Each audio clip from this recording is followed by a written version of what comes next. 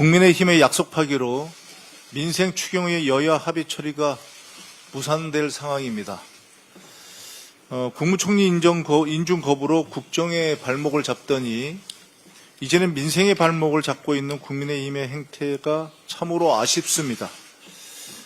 여야 합의 처리가 무산될 것 같습니다.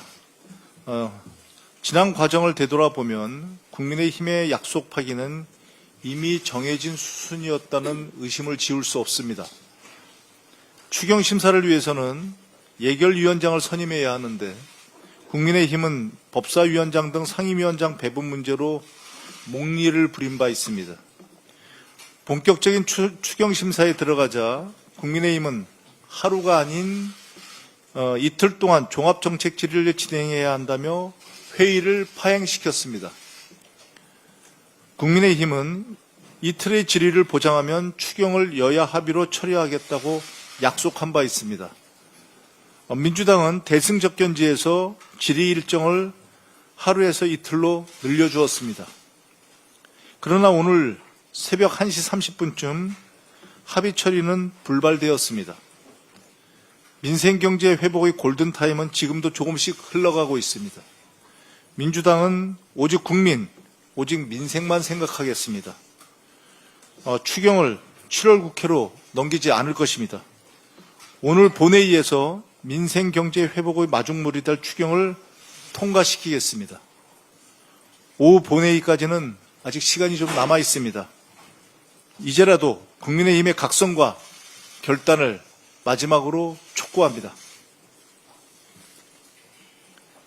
외환죄 혐의가 드러나고 있는 윤석열을 당장 재구속해야 합니다.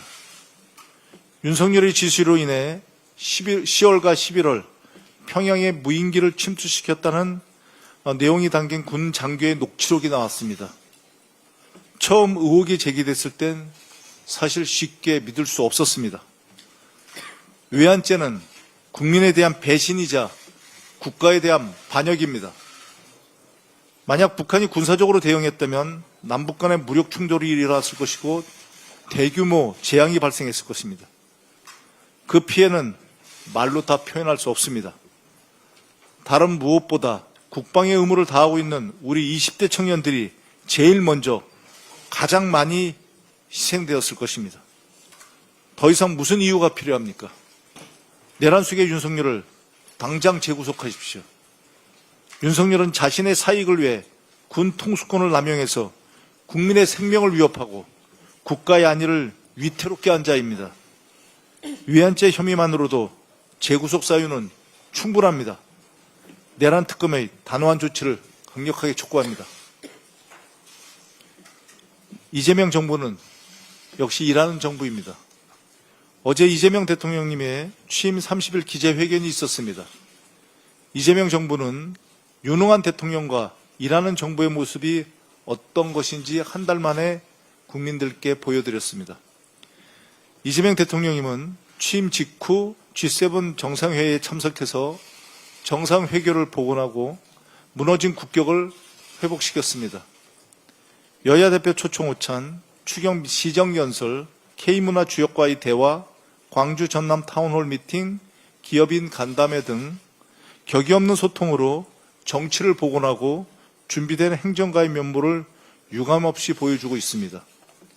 1호 행정명령인 비상경제 대응 TF, 민생 추경, 울산 AI 데이터 출범 시 코스피 지수 5000 시대 비전, 해양수산부 연내 부산 이전 지시, 그런 지시 등 민생경제 회복과 성장 동력 확보를 위한 청사진을 제시했습니다. AI 혁신 전문가, 현장 노동자, 검증된 정치인 등 능력과 실용, 국민통합의 내각을 구성해 가고 있습니다. 국익 중심의 실용 외교를 실현할 안정감과 균형감 갖춘 외교 진영도 구축했습니다. 시작이 반이라고 합니다.